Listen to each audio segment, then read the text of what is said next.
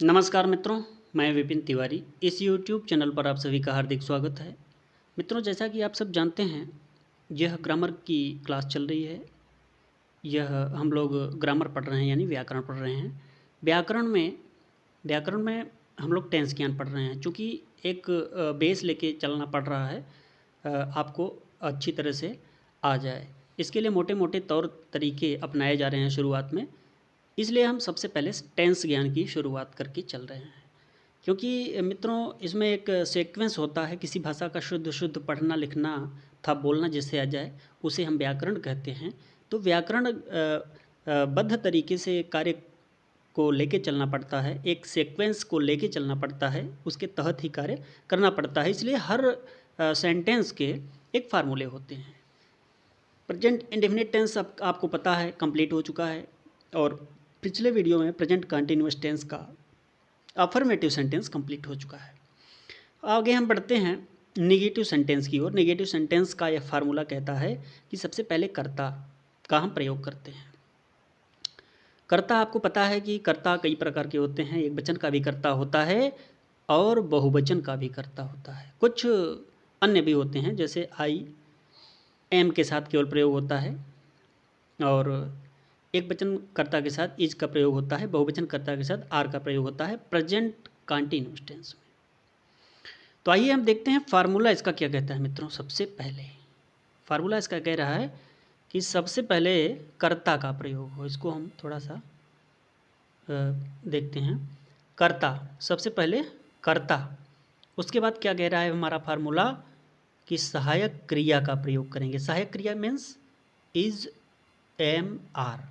जो क्रिया किसी भी सेंटेंस को, किसी भी वाक्य को बनाने में सहायता प्रदान करे, उसे हम सहायक क्रिया कहते हैं।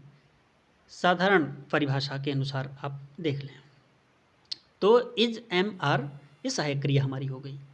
उसके बाद ये भी कर्ता अनुसार रहेगा। मित्रों, कर्ता अनुसार का मतलब ये है कि एक वचन कर्ता के साथ इज का प्रयोग, बहुवचन के साथ आर का प्रयोग, और केवल आई यदि करता रहे, आई माने मैं, तो एम का प्रयोग होता है।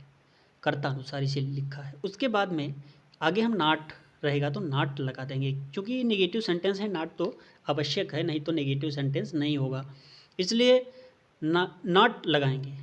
ठीक। उसके बाद में मुख्य क्रिया लगाएंगे। मुख्य क्रिया का फर्स्ट फॉर्म।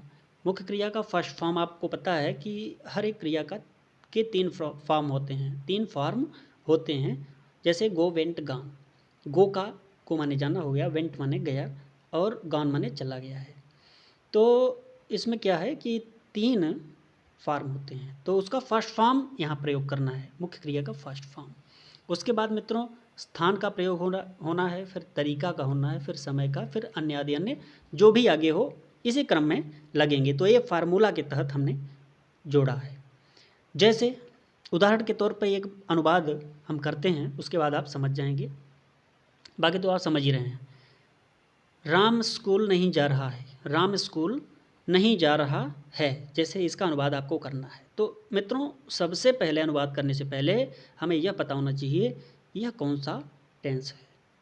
टेंस हमें पता हो गया कि प्रेजेंट कंटिन्यूअस टेंस है, तो हमें आगे बढ़ना है कि कौन सा सेंटेंस है। टेंस के बाद सेंटेंस। टेंस की पहचान जिस वाक्य के अंत में रहा है, रही है, रहे हैं हो, तो प्रेजेंट कंटिन्यूअस टेंस होता है, ये पता है आपको। आगे आपको ये भी पता होना चाहिए कि वह कौन सा सेंटेंस है। इसमें नहीं शब्द आया है, इसलिए यह नकारात्मक वाक्य हुआ। तो राम स्कूल नहीं जा रहा है, यह नकारात्मक वाक्य हुआ। नकारात्मक वाक्य हुआ, ये कन्फर्म यदि हो गया हो, तो आपको नकारात्मक वाक्य का उपर्युक्त ये फार्मूला जो दिया गया है, इस फार्मूले का प्रयोग करना है शुद्ध शुद्ध ट्रांसलेशन करने के लिए। तो आगे बढ़ते हैं मित्रों। राम स्कूल जा रहा है, उदाहरण के लिए यह देखते हैं। तो राम का क्या होगा, फार्मूला को देखते हुए चलेंगे। राम यहाँ कर्ता लिखा है, कर्ता इसमें राम है, तो राम लिख देंगे, राम का राम हो गया। उसके बाद सहायक क्रिया, चूँकि राम एक आदमी है, एक वचन में आएगा, तो एक वचन के साथ इज का प्रयोग होगा, तो यहाँ इज आ गया, राम इज। उसके बाद में नाट का प्रयोग होगा, नाट लगा दिया। नहीं के अर्थ में इंग्लिश में नाट का प्रयोग करते हैं, तो नाट लगा दिया। गोइंग, अच्छा इसमें आई एन जी का प्रयोग होगा, जैसे फर्स्ट फॉर्म में यहाँ पे कटा हुआ है, यहाँ आपको मैं दिखाता हूँ आईएनजी का प्रयोग। फर्स्ट फॉर्म में आईएनजी का प्रयोग किया जाता है, इसको करना है प्रयोग। तो इसमें क्या करना है कि आपको मैं बताता हूँ। जा रहा है, राम स्कूल नहीं जा रहा है, इसका राम इज गोइंग हो गया, गो GO गो हुआ। अच्छा, गो में आईएनजी का प्रयोग कर देंगे तो गोइंग हो जाएगा। अच्छा, फर्स्ट फॉर्म में यहाँ पे मैं फिर से एक बार रिवाइज कर दूँ, रिवीजन इसका कर देता हूँ। कर्ता, उसके बाद सहायक क्रिया, फिर इज MR कर्ता के अनुसार, उसके बाद नॉट का प्रयोग, फिर मुख्य क्रिया के फर्स्ट फॉर्म में आईएनजी का प्रयोग होगा, ING, जैसे गो है तो गोइंग हो जाएगा। उसके बाद स्थान, तरीका, समय, फिर अन्य चीज़ें। फिर अनुवाद करते हैं। राम स्कूल नहीं जा रहा है, राम स्कूल नहीं जा रहा है। Ram is not going to school, Ram is not GO go हो गया, उसमें ING लगाई है तो गोइंग हो गया। उसके बाद में टू स्कूल, स्कूल का स्कूल हो गया, किसी भी स्थान के पहले टू लगाया जाता है तो यहाँ टू लगा दिया। तो इसका ट्रांसलेशन कंप्लीट हुआ। Ram is going to school, Ram is going to school, ये कंप्लीट हो गया। अगला अनुवाद है क्या, महेश घर नहीं जा रहे हैं, महेश घर नहीं जा रहे हैं, इसका ट्रांसलेशन करना होगा। तो महेश का महेश हो गया, एक वचन महेश हैं तो इज हो गया, उसके बाद नॉट हो गया, फिर गोइंग हो गया, फिर टू होम हो गया। Mahesh is not going to home, Mahesh कहाँ नहीं जा रहे हैं, घर नहीं जा रहे हैं, महेश घर नहीं जा रहे हैं, इसका ट्रांसलेशन कंप्लीट हो गया। वह क्रिकेट नहीं खेल रहा है, he is not playing the cricket, he is not playing the cricket, वह क्रिकेट नहीं खेल रहा है। ही का वह हो गया, कर्तानुसार इज लगा, फिर नॉट लगा, नहीं हो गया, नहीं खेल रहा है वह क्रिकेट नहीं खेल रहा है। He is not playing the cricket, तो he is not playing the cricket, ये संपन्न हो गया। अगला ट्रांसलेशन, वह कपड़े नहीं धो रही है, वह कपड़े नहीं धो रही है। She is not washing the clothes, complete. आगे है धोबी कपड़े नहीं धो रहा है, वॉशरमैन मीन्स धोबी, वॉशरमैन मीन्स धोबी, धोबी हो गया, धोबी।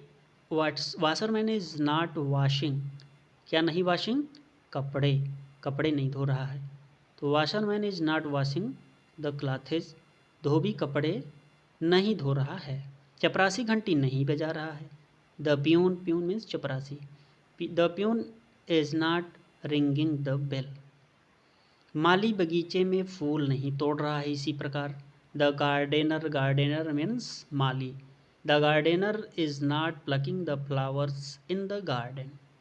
ओके, मैं समझ रहा हूँ कि आप समझते जा रहे होंगे, और न समझ रहे हो तो हमें कमेंट करके बताएं कि मैं समझ नहीं रहा हूँ, या फ़ोन करके हमसे आप पूछ सकते हैं हमारे फ़ोन नंबर पे 9557075418 पे। दिनेश और गणेश बातें नहीं कर रहे हैं, दिनेश और गणेश बातें नहीं कर रहे हैं, Dinesh and Ganesh are not talking. Okay, वे रामायण नहीं पढ़ रहे हैं, they are not reading the Ramayana, they are not reading the Ramayana. अब देखें, आपको मैं एक बार फिर बता दूं कि दे, यहाँ दे बहुवचन करता है, दे के साथ आर का प्रयोग हो गया, उसके बाद नॉट का प्रयोग हुआ यथावत, पूर्ववत, और रीड के बाद ING लग गया, रीडिंग हो गया, पढ़ रहे हैं। ठीक है, उसके बाद में क्या पढ़ रहे हैं, रामायण, क्या नहीं पढ़ रहे हैं, रामायण नहीं पढ़ रहे हैं। They are not reading the Ramayana. तुम कंप्यूटर नहीं चला रहे हो, you are not operating the computer. हम गाना नहीं गा रहे हैं, we are not singing a song. S, S यहाँ जो लिखा है सिंगिंग, यहाँ ए होना चाहिए, सिंगिंग ए सॉन्ग। ठीक है, we are not singing a song, यहाँ ए होगा, ए सॉन्ग। तुम अपने पिताजी को पत्र नहीं लिख रहे हो, you are not writing a letter to your father. अब यहाँ देखें यू का प्रयोग हुआ, यू बहुवचन करता है इसलिए आर का प्रयोग हुआ, बहुवचन के साथ आर का प्रयोग होता है। उसके बाद नॉट का प्रयोग हुआ है क्योंकि नहीं है, उसके बाद में लिख रहे हो, क्या हुआ, राइटिंग, WRITING, राइटिंग। क्या लिख रहे हो, क्या नहीं लिख रहे हो, लेटर नहीं लिख रहे हैं, a letter to your father, तुम अपने पिताजी को पत्र नहीं लिख रहे हो। You are not writing a letter to your father, तुम शोर नहीं मचा रहे हो, you are not making a noise, तुम पैसा नहीं कमा रहे हो, you are not earning the money, मैं किताब नहीं पढ़ रहा हूँ। अब देखें यहाँ मैं किताब नहीं पढ़ रहा हूँ, इसका ट्रांसलेशन हम लोग करते हैं, I am not reading the book, I am not reading the book. I के साथ मैं के अर्थ में आई का प्रयोग होगा, होता ही है, और आई के साथ एम का प्रयोग मित्रों होता है, specially for I, am use होगा केवल आई के साथ। और उसके बाद नॉट का प्रयोग हुआ, फिर रीडिंग द बुक, मैं किताब नहीं पढ़ता हूँ, इसका ट्रांसलेशन हो गया आई am not reading the book. मैं परीक्षा की तैयारी नहीं कर रहा हूँ, इसका ट्रांसलेशन करना मित्रों, मैं परीक्षा की तैयारी नहीं कर रहा हूँ, I am not preparing of the exam, I am not preparing of the exam. मैं पानी में नहीं तैर रहा हूँ, I am not swimming in the water. Okay, मैं नहीं सो रहा हूँ, मैं नहीं सो रहा हूँ, आई एम नॉट स्लीपिंग। मैं मकर संक्रांति पर पतंग नहीं उड़ा रहा हूँ, I am not flying the kite on the Makar Sankranti. मित्रों ये वीडियो कैसा लगा, अच्छा लगा हो, समझ में आ रहा हो, सब कुछ सही चल रहा हो तो लाइक कीजिए, शेयर भी कीजिए और सब्सक्राइब कीजिए।